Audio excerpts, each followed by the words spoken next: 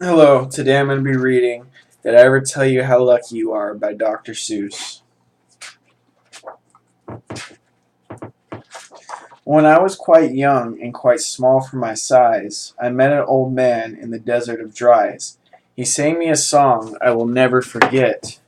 At least, well, I haven't forgotten it yet. He sat in a terribly prickly place, but he sang with a sunny sweet smile on his face. When you think things are bad and you feel sour and blue, when you start to get mad, you should do what I do. Just tell yourself, Ducky, you're really quite lucky. Some people are much more, oh, ever so much more, oh, muchly much more unlucky than you.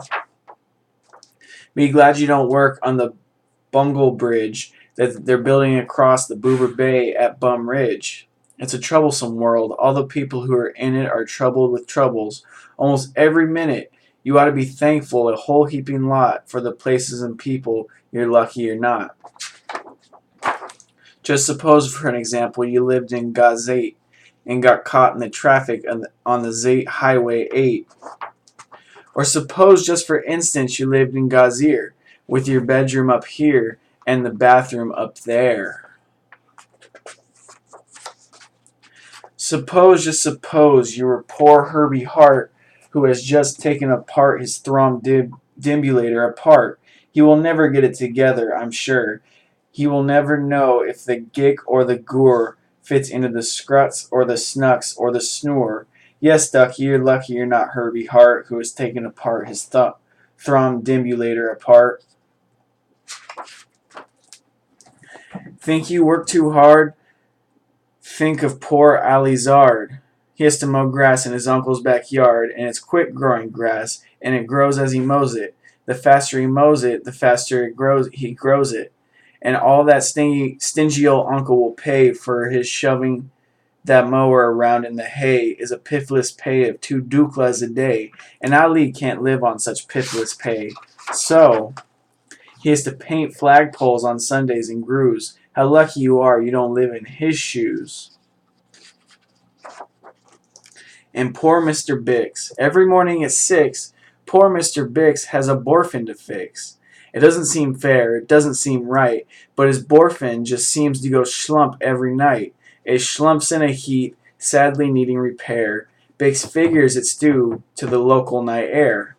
It takes him all day to unschlump it, and then the night air comes back and it schlumps once again. So don't you feel blue, don't get down in the dumps. You're lucky you don't have a borfin that schlumps. And while we're at it, consider the schlots, the crumple-horned, web-footed, green-bearded schlots, whose tail is entailed with unsolvable knots. If he isn't muchly worse off than you, I'll eat my umbrella. That's just what I do. And you're lucky indeed you don't have to ride on a camel. To ride a camel, you sit on a whammel. A whammel, you know, is sort of a saddle, held on by a button that's known as a faddle. And boy, if your old whammel faddle gets loose, I'm telling you, Ducky, you're gone like a goose. And poor Mr. Potter, T crosser and I daughter.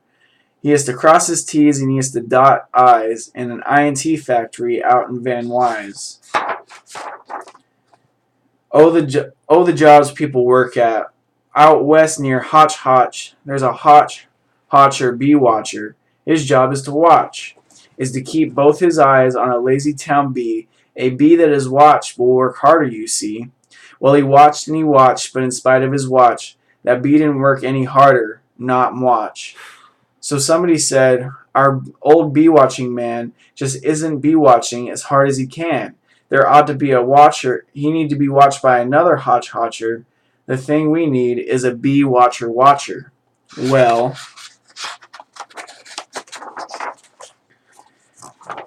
the bee watcher watched the bee watcher. He didn't watch well, so another Hotcher had to come in as the watcher. And today the Hotchers who live in Hotch are watching on the watcher watching the watcher who's watching that bee. You're not a Hotcher. You're lucky, you see. And how fortunate you're not Professor DeBreeze, who spent the past 32 years, if you please, trying to teach Irish ducks how to read Javanese. And to think of the poor puffing Pugelhorn players who have to parade down Pugelhorn stairs every morning to wake up the Prince of Boo Pukin. It's awful how often their pugels get broken. And oh, just suppose you're a poor Harry Hatto. Try as he will, he can't make any shadow. He thinks that perhaps something's wrong with his giz, and I think that, by golly, there probably is.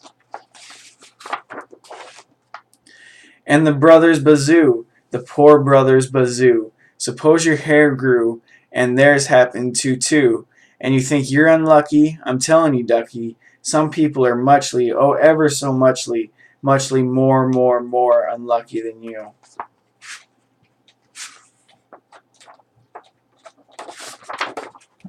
And suppose that you lived in the forest, that forest in France, where the average young person just hasn't the chance to escape from the perilous eating plants. But your pants are safe. You're a fortunate guy, and you ought to be shouting, "Hey, how lucky am I?"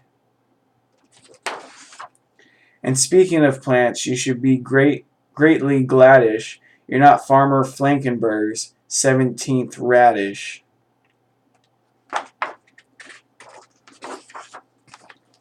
And you're so lucky you're not Gucky Gown, who lives by himself 90 miles out of town in the ruins of Ronk. Ronk is rather run down.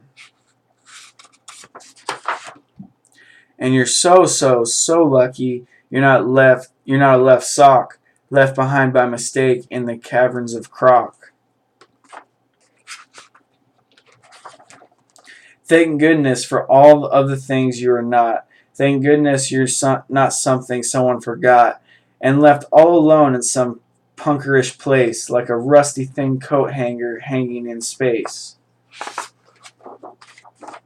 That's why I say, ducky, don't gamble, don't stew. Some critters are much, oh ever so much more unlucky than you.